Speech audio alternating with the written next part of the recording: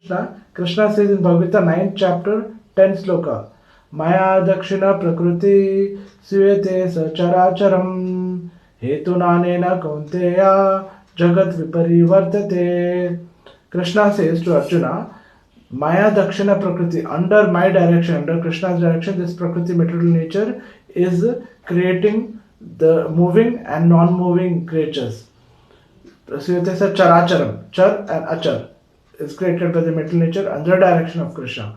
Mayādhyakṣeṇa prakriti sūyate sa-carācaram hetunānena kaunteya jagad viparivartate. Hetuna, for this reason that Krishna is the director and presiding over the material nature, for this reason the whole material nature is again created and destruction is taking place, revolving in this hetunānena kaunteya jagad viparivartate, again revolving again and again, creation destruction is under the direction of Krishna.